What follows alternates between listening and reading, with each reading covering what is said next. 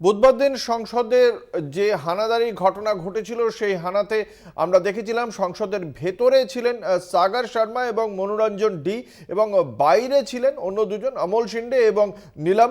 এই ভেতরে যারা ছিলেন তাদের সঙ্গে কিছু প্রচার পত্র ছিল বলে জানতে পারা যাচ্ছে। পুলিশের জিজ্ঞাসাবাদে উঠে এসেছে এবং পুলিশ এই বিষয়টি আজ এফআইআরেও উল্লেখ করেছে বলেই জানতে পারা যাচ্ছে। দুই ধৃত সাগর শর্মা এবং মনোরঞ্জনের কাছ থেকেই বাজেয়াপ্ত হয়েছে সেই প্রচারপত্র। আপনাদের জানিয়ে রাখি, এই প্রচারপত্রে যে বিষয়গুলি উল্লেখ রয়েছে সেই বিষয় সম্পর্কেই জানব। দিল্লি পুলিশের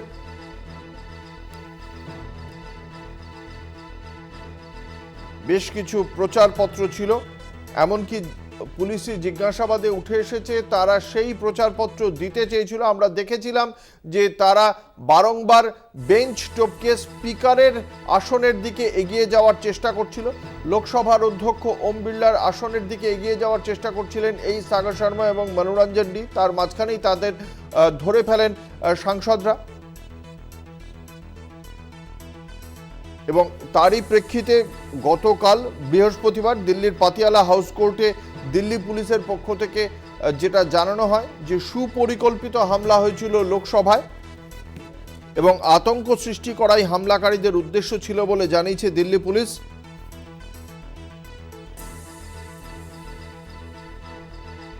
গতকালই বিশেষ বিচারক হরদীপ কৌরের সামনে পেশ করা হয় সাগর শর্মা, মনোরঞ্জন ডি, নীলম এবং অমল শিন্ডেকে।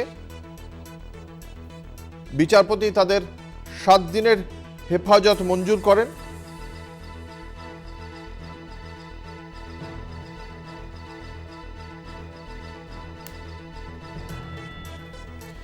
আমাদের সঙ্গে রয়েছেন আমাদের প্রতিনিধি ইন্দ্রাণী বন্দ্যোপাধ্যায়। ইন্দ্রাণী, যেটা জানতে চাইবো, এখন তদন্তের গতি প্রকৃতি সম্পর্কে কি জানতে পারা যাচ্ছে?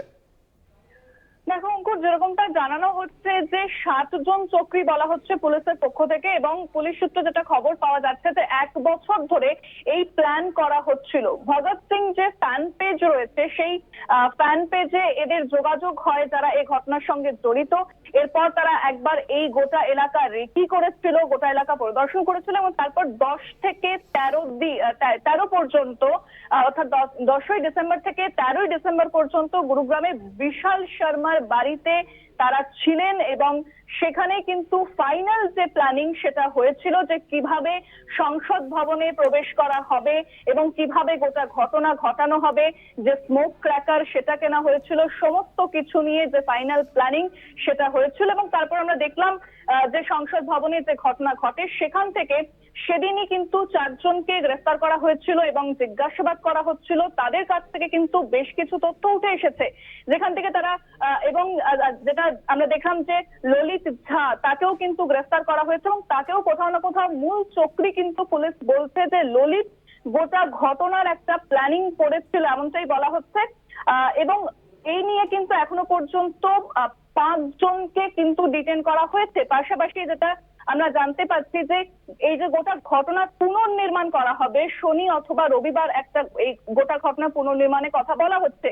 সেই পুনর্নির্মাণে বলা হচ্ছে যে জুতো কেনা হয়েছিল লখনৌ থেকে, এই ঘটনারও পুনর্নির্মাণ হতে পারে। যে রঙিন গ্যাসের ক্যানিস্টার কেনা হয়েছিল মুম্বাই থেকে, সেটাও কিন্তু এই ঘটনা পুনর্নির্মাণ হতে পারে। কারণ আমরা যদি দেখি যে এই যারা অভিযুক্তরা রয়েছে তারা এই ভগৎ সিং ফ্যান পেজে যোগাযোগ করে, এবং তারা কিন্তু বিভিন্ন রাজ্যের, অর্থাৎ এক রাজ্য থেকে কিন্তু আসেনি। অর্থাৎ এই যে প্ল্যানিং হয়েছিল সেটা একটা বড় পর্যায়ে হয়েছিল, বড় স্তরে হয়েছিল, সেটা কিন্তু পুলিশ মনে করছে। এবং সেই মতোই তদন্ত শুরু হয়েছে যে কোথা থেকে এই রঙিন ক্যানিস্টার কেনা হয়েছিল, মুম্বাই থেকে জুতো কেনা হয়েছিল, তারপর কোথায় তারা এই হাত বদল করেন, কোথায় তারা দেখা করেন, তারপর যে সংসদ ভবনে প্রবেশ করেন এবং তারা ঝাঁপ মারেন, এমনকি সেটাও যে পুনর্নির্মাণ করা হতে পারে এমনটা কিন্তু পুলিশ সূত্রে বলা হচ্ছে।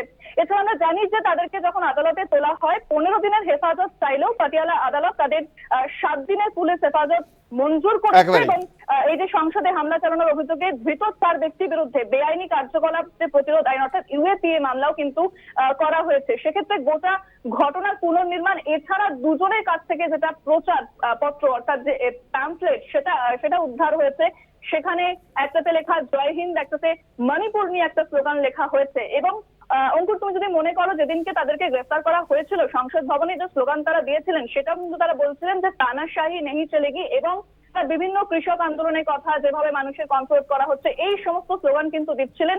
যে সংসদ ভবনের বাইরে ছিলেন যিনি নিলাম, তার কাছে কিন্তু সেই স্লোগান শোনা গিয়েছিল। অর্থাৎ এই পুরো ঘটনা কিভাবে ঘটেছিল, কিভাবে ঘটানো হয়েছিল, তাদের কি পরিকল্পনা ছিল, পুলিশ অবশ্যই আরো জানতে চাইবে এবং তাদেরকে জিজ্ঞাসাবাদও করা হচ্ছে। একেবারে। এছাড়াও যে ঘটনা পুনর্নির্মাণ সেটাও হতে চলেছে। ধন্যবাদ। আমাদের সঙ্গে ছিলেন আমাদের প্রতিনিধি ইন্দ্রাণী বন্দ্যোপাধ্যায়।